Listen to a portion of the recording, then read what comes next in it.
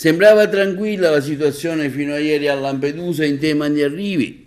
Lo aveva dichiarato il prefetto Filippo Romano in un'intervista alla nostra emittente nella giornata di ieri, ma sono ripresi 4 sbarchi con un totale di 130 persone a partire dalla mezzanotte a Lampedusa, dove ieri nell'arco di 24 ore ci sono stati 7 approdi con complessivi 279 migranti.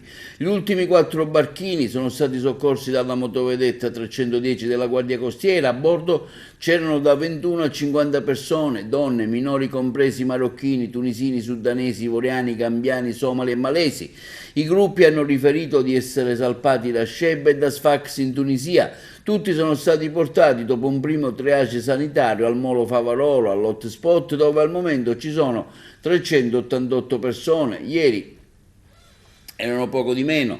La polizia nelle prossime ore scorterà più migranti verso il porto, dove verranno imbarcati sul traghetto di linea Galaxy per la struttura di Porto Empedocle.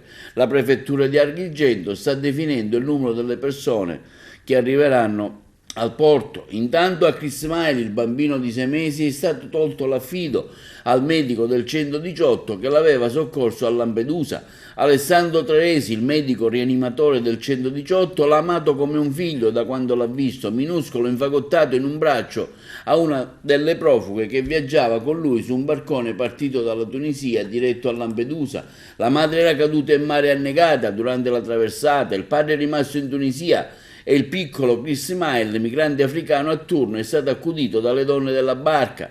6 mesi, originario della Costa d'Avorio, il piccolo ha trovato in Alessandra suo marito e suo figlio di 14 anni, una vera famiglia. Il tribunale dei minorenni, anche grazie al consenso del padre del piccolo contattato dalla dottoressa, acconsente. Alessandra sa bene che si tratta di un affido temporaneo e che Chris Smile non resterà con lei per sempre, ma dopo una settimana dall'arrivo del piccolo chiama la polizia. Mi dicono, racconta, di andare in tribunale col bambino perché servivano alcuni documenti, alcuni dati.